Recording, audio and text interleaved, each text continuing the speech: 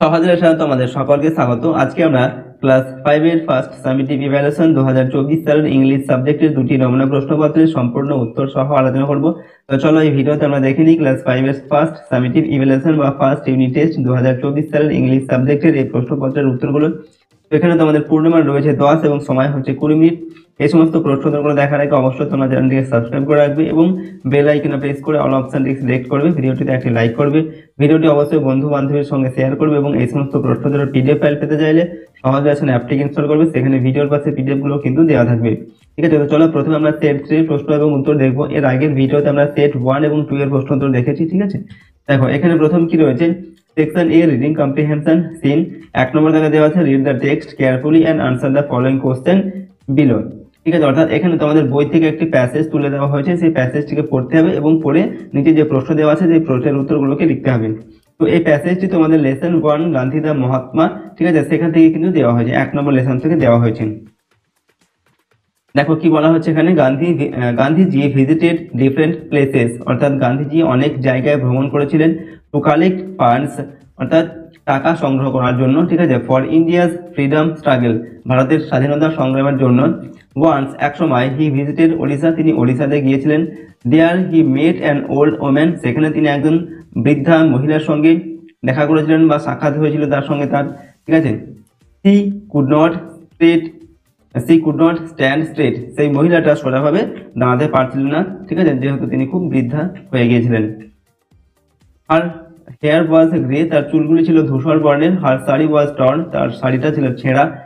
He went near Gandhiji, তিনি গান্ধীজির কাছে আসলেন। অ্যান্ড টাচড হিজ ফিট, এবং গান্ধীজির পা ছুঁয়ে প্রণাম করলেন। Then she gave him a coin, তারপর সেই মহিলাটা গান্ধীজিকে একটা কয়েন দিলেন। ঠিক আছে, টাকার একটা কয়েন দিলেন।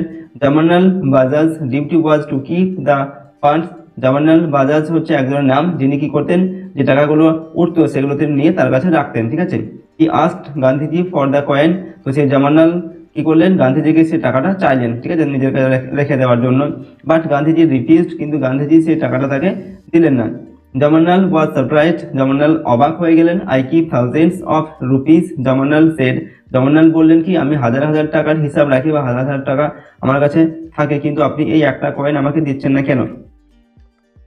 তো গান্ধীজি কি বললেন, this coin is worth much more than those thousands, অর্থাৎ গান্ধীজি টোল্ড, ঠিক আছে, গান্ধীজি বললেন যে এই যে কয়েনটা তিনি মহিলাটা তোমাকে দিলেন, ঠিক আছে, এটা তোমার ওই হাজার হাজার টাকা থেকেও কিন্তু অনেক বেশি মূল্যবান। If a man has lakhs, অর্থাৎ যদি একজন মানুষের কাছে লাখ লাখ টাকা থাকে, he can give a thousand or two, সে 1-2 হাজার টাকা কিন্তু দিতেই পারে। But the coin was perhaps all she had, কিন্তু এই কয়েনটাই হয়তো ছিল ওই মহিলাটার একটা শেষ সম্বল যেটা তিনি আমাকে দিলেন। ঠিক আছে, হোয়াট আ গ্রেট স্যাক্রিফাইস, ঠিক আছে, একটা কত বড় একটা আত্মত্যাগ। তো I value this coin more than a crore of rupees, সুতরাং এই যে কয়েনটা, এটার মূল্য আমার কাছে কোটি টাকার থেকেও বেশি। ঠিক আছে, গান্ধীজি এটা এক্সপ্লেন করলেন বা এটা বললেন। হি kept that coin with him for ever, এবং সেই কয়েনটা তিনি তার কাছে চিরদিনের জন্য রেখে দিয়েছিলেন। ঠিক আছে, তো এই পর্যন্ত তোমাদের এই প্যাসেজটা দেওয়া আছে, এখান থেকে যে প্রশ্ন দেওয়া হয়েছে সেগুলোর উত্তর তোমাদের লিখতে হবে। ঠিক আছে, প্যাসেজটির বাংলা অর্থ এখানে দেওয়া আছে, যা চাইলে তোমরা এখান থেকে কিন্তু পড়ে নিতে পারো। ঠিক আছে, সম্পূর্ণ বাংলা অর্থটা। ওকে, তো চলো আমরা এখন প্রশ্নের উত্তরগুলো দেখবো। প্রথমে দেখো দেওয়া আছে আনসার দ্য ফলোইং কোয়েশ্চেন্স, এখানে নিচে যে প্রশ্ন দেওয়া আছে প্রশ্নের উত্তরগুলোকে লিখতে বলা হয়েছে, প্রতিটা প্রশ্নের মান 1 নম্বর করে। 1 নম্বর দেখে দেওয়া আছে in which state did the woman live, অর্থাৎ ওই বৃদ্ধা মহিলাটা কোথায় বাস করতেন?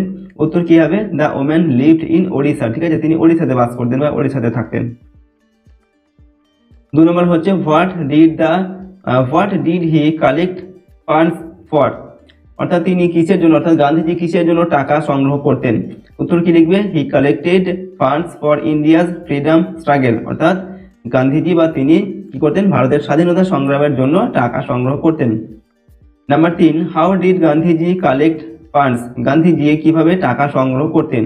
কিভাবে করতেন? উত্তর লিখবে, Gandhiji collected funds from the people of different places he visited, অর্থাৎ যে সমস্ত জায়গায় তিনি যেতেন বা ভ্রমণ করতেন সেই সমস্ত জায়গা থেকে মানুষের কাছ থেকে তিনি টাকা সংগ্রহ করতেন, বিভিন্ন মানুষের কাছ থেকে। ঠিক আছে, এরপর 4 নম্বর দেখো, why did Gandhiji refuse to hand over the coin given by the old woman to Jamnalal, অর্থাৎ সেই বৃদ্ধা মহিলার কাছ থেকে যে কয়েনটা গান্ধীজি পেয়েছিলেন সেটা তিনি জামনালকে দিতে প্রত্যাখ্যান করেছিলেন কেন? জামনালকে সে টাকাটা তিনি দেননি কেন? উত্তর কি লিখবে না? Because Gandhiji valued the coin more than a crore of rupees, কারণ গান্ধীজির কাছে এই কয়েনটা কোটি টাকার থেকেও বেশি মূল্যবান, ঠিক আছে, যার জন্য তিনি সেই টাকাটা তিনি জামনালকে দেননি।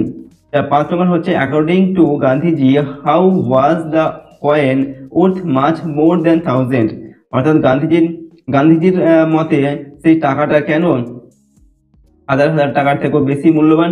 এখানে উত্তর কি লিখবে? Because the coin was perhaps all the old man had, অর্থাৎ এই যে টাকাটা সেই মহিলা দিয়েছিলেন হয়তো সেই একটা কয়েনই তার কাছে শেষ সম্বল ছিল যেটা সে গান্ধীজিকে দিয়ে দিয়েছিলেন, ঠিক আছে, যার জন্য গান্ধীজির কাছে ওই টাকাটা সবচেয়ে বেশি মূল্যবান ছিল, ঠিক আছে। নেক্সট প্রশ্ন দেখো, section B grammar and vocabulary. তো গ্রামার অ্যান্ড ভোকাবুলারি এখানে 2 নম্বর জায়গায় দেওয়া আছে, change the following singular numbers into plural number. এখানে এগুলো সিঙ্গুলার নাম্বারে দেওয়া আছে, প্লুরাল নাম্বারে লিখতে হবে, যেমন প্লেস, ওমেন, ঠিক আছে, সি, নাইফ, ডিয়ার, এগুলোর প্লুরাল নাম্বার কি হবে সেগুলো লিখতে হবে। তো দেখো প্লুরাল নাম্বারগুলো কি হবে, যেমন প্লেসের প্লুরাল নাম্বার হচ্ছে প্লেসেস, ঠিক আছে, শেষে এস যোগ হবে। ওম্যান হবে ওমেন, ঠিক আছে, ই হবে ই, এটা ই হবে, ঠিক আছে, এটা ই হয়ে যায় ওমেন। ওমেন মানে হচ্ছে একজন মহিলা আর ওমেন মানে অনেকগুলি মহিলা, ঠিক আছে। সি মানে কি সি, দে মানে হচ্ছে তারা, নাইফ মানে হচ্ছে ছুরি আর নাইফস মানে হচ্ছে অনেকগুলি ছুরি, ডিয়ার মানে হচ্ছে হরিণ এবং ডিয়ারের প্লুরাল ফর্মটা ডিয়ারই হয়, ঠিক আছে, অনেকগুলি হরিণকে বোঝাতে ডিয়ারই ব্যবহার করা হয়। তো এইগুলো হচ্ছে প্লুরাল ফর্মগুলো আমরা লিখলাম। নেক্সট প্রশ্ন দেখো, তো নেক্সট আমরা দেখবো তোমাদের 4 নম্বর সেটের প্রশ্ন এবং উত্তর। এখানে দেখো কি দেওয়া আছে, section A reading comprehension seen. 1 নম্বর জায়গায় read the text carefully and answer the following question. এখানেও তোমাদের একটি টেক্সট বা প্যাসেজ তুলে দেওয়া হয়েছে বই থেকে, সেখান থেকে প্রশ্নের উত্তর লিখতে হবে। এবং এটাও তোমাদের লেসন 1 গান্ধী দ্য মহাত্মা থেকে দেওয়া হয়েছে, ঠিক আছে। আরেকটি প্যাসেজ দেওয়া হয়েছে অন্য জায়গা থেকে, দেখো কি দেওয়া হয়েছে, thoughts of love, peace and equality fill Gandhiji's works, ঠিক আছে, ওয়ার্কস মানে হচ্ছে কাজকর্ম আর কি। তো থটস মানে কি ভাবনা, থটস অফ লাভ মানে ভালোবাসার ভাবনা চিন্তা, শান্তি এবং সমতা, এই সমস্ত জিনিসগুলো গান্ধীজির কাজকে কিন্তু পরিপূর্ণ করে তুলেছিল, ঠিক আছে। Swami Vivekananda and Rabindranath Tagore also had similar ideas, অর্থাৎ স্বামী বিবেকানন্দ এবং রবীন্দ্রনাথ ঠাকুর এদেরও কিন্তু এই একই রকমের ধ্যান ধারণায় ছিল আর কি, ঠিক আছে।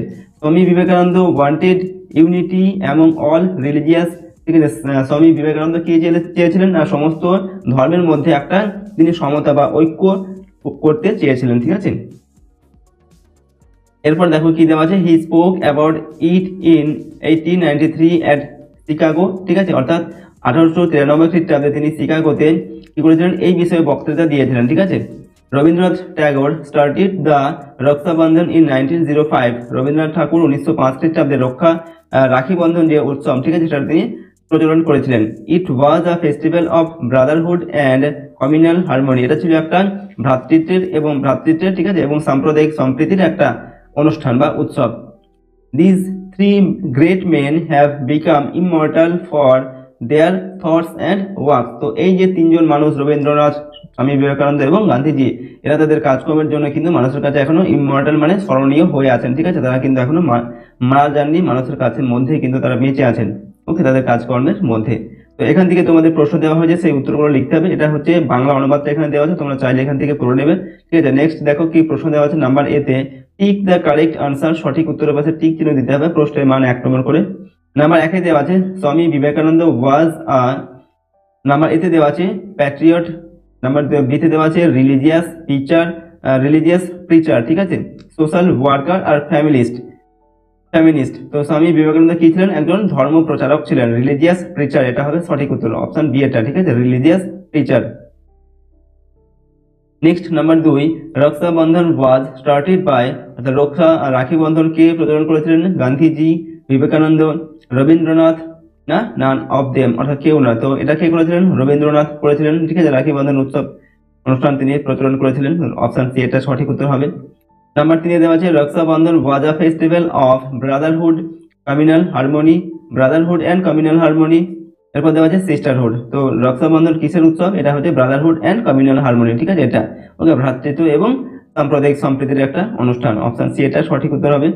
নেক্সট প্রশ্ন হচ্ছে নাম্বার বি তে, write T for true and F for false statements, 1 × 2 = 2, ঠিক হলে টি লিখতে হবে এবং ভুল হলে এফ লিখতে হবে, ঠিক আছে। নাম্বার 1 এ দেওয়া আছে Gandhiji did not think of love, peace and equality while working, অর্থাৎ গান্ধীজি যখন তার কাজকর্মের মধ্যে এই যে ভালোবাসা, ঠিক আছে, শান্তি, সমতা, এইগুলো তিনি তার কাজের মধ্যে ছিল না, এটা ভুল তথ্য, ঠিক আছে। এই সমস্ত কিছু তার কাজের মধ্যে ছিল আর কিন্তু এটা হবে ভুল, অর্থাৎ এফ লিখবে। নাম্বার 2 হচ্ছে Swami Vivekananda wanted unity among all religious.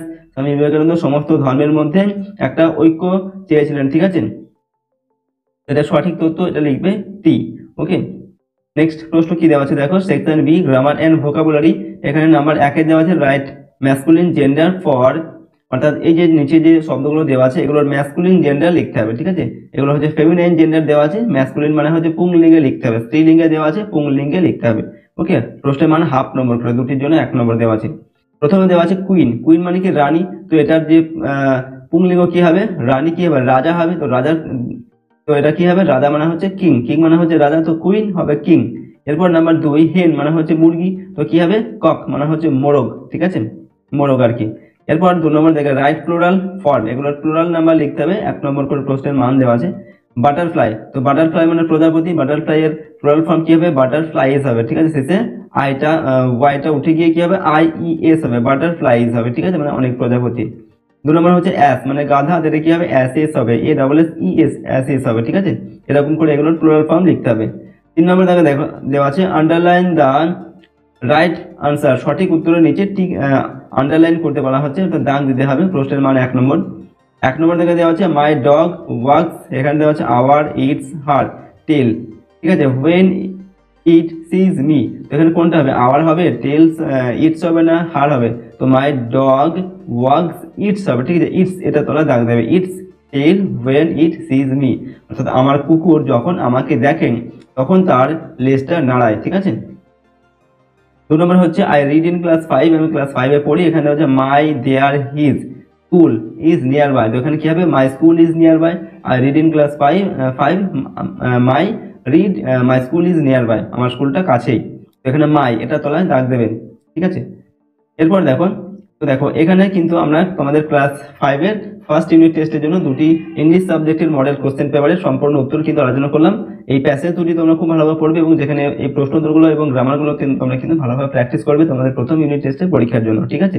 আর এই চ্যানেল নতুন হয়ে থাকলে অবশ্যই চ্যানেলটিকে সাবস্ক্রাইব করে রাখবে এবং বেল আইকনে প্রেস করার পর অল অপশনটি সিলেক্ট করবে।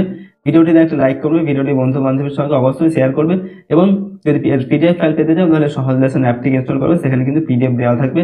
ওকে, আজকে আমরা ভিডিওটিকে এখানে শেষ করছি। সম্পূর্ণ ভিডিওটি দেখার জন্য অসংখ্য ধন্যবাদ।